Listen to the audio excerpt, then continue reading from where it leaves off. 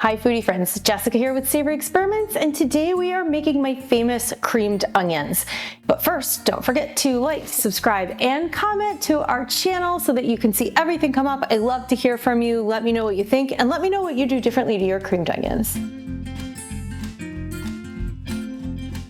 Now, you can go to the store and you can get a pound of the little seasoned soup onions. Everybody has a different name for them that have skins on them. But if you've ever peeled those yourself, you know darn well it is a huge pain in the butt.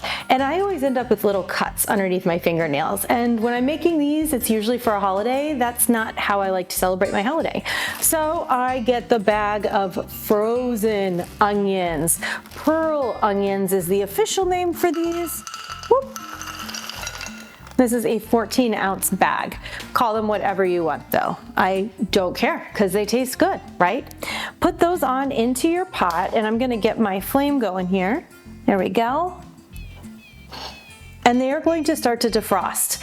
They're gonna start pretty quick, and since it's a small onion, it doesn't take too long to get them nice and tender. Next, and this is one of my secret ingredients that makes them so special, is sherry. Sherry cooking wine is so underutilized. The recipe calls for 1 tablespoon, but I'm gonna use 2 because I really like it. It has that unexpected, I can't quite put my finger on it taste that I love to give to my diners, and then I make them guess. This is ½ a cup of low sodium chicken broth, always low sodium, because if you want to add more salt, you can. It's much harder to take that salt away. And a bay leaf. So this is a dried bay leaf. Let's look for a good one in there.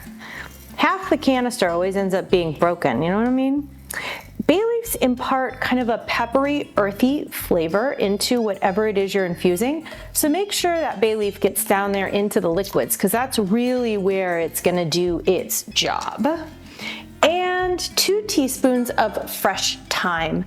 I'm using thyme because that's what I have in my garden today, but you could use rosemary, dill, parsley, any kind of fresh herb that you want to use, or dried herb. Dried herbs, I'd use probably about 1 teaspoon instead of 2 teaspoons of fresh, but make sure that that dried herb is a fresh dried herb. Smell it, taste it, make sure it still has flavor, otherwise there's no point in putting it in there. I'm gonna stir this on up and let the onions start to defrost. That takes about 5 to 6 minutes. These onions have been cooking for about 6 minutes. They're starting to get nice and tender, and they're at a low simmer. This is the time when we want to thicken the sauce. We are going to make a little bit of a roux, so that's a thickener. I've got about a tablespoon, probably a little bit more tablespoon, but it's fine, of flour and about 1/3 cup of heavy cream. Eyeballing that, probably a little bit more cream too, but you know what? No one ever said too much cream. No one ever said too much butter, right? We're not baking. I'm gonna mix that together, makes kind of a paste. Make sure you have no more lumps of flour, and pour that right on into the mixture. Oh, and a few lumps of flour at the bottom there that I did not see. They were hiding on me. Mix that on in. And as it starts to heat with the other broth, it will thicken to a nice, luxurious, silky cream sauce. Doesn't have too much flavor to it, like it's overpowering. You can still taste the onions, but that sherry, fresh thyme, and bay leaf is gonna give it a nice little spike, a hint of flavor, warm flavors. Creamed onions are traditional during the holidays like Thanksgiving and Christmas. They pair perfectly with prime rib, turkey, ham, but you can really make them at any time of the year, and after you've cooked them, you can actually refreeze them and defrost them. So they are a great dish for potlucks and meal trains. Let this simmer for another 2 to 3 minutes, and the sauce might not be super thick when it gets done, but as it starts to cool, it will start to thicken up more. And that is the time when you want to season the sauce. I'm going to use a hefty pinch, about ½ a teaspoon of coarse kosher salt, salt. Kosher salt has the least amount of salty flavor to it and dissolves really easily, so that's always my go-to.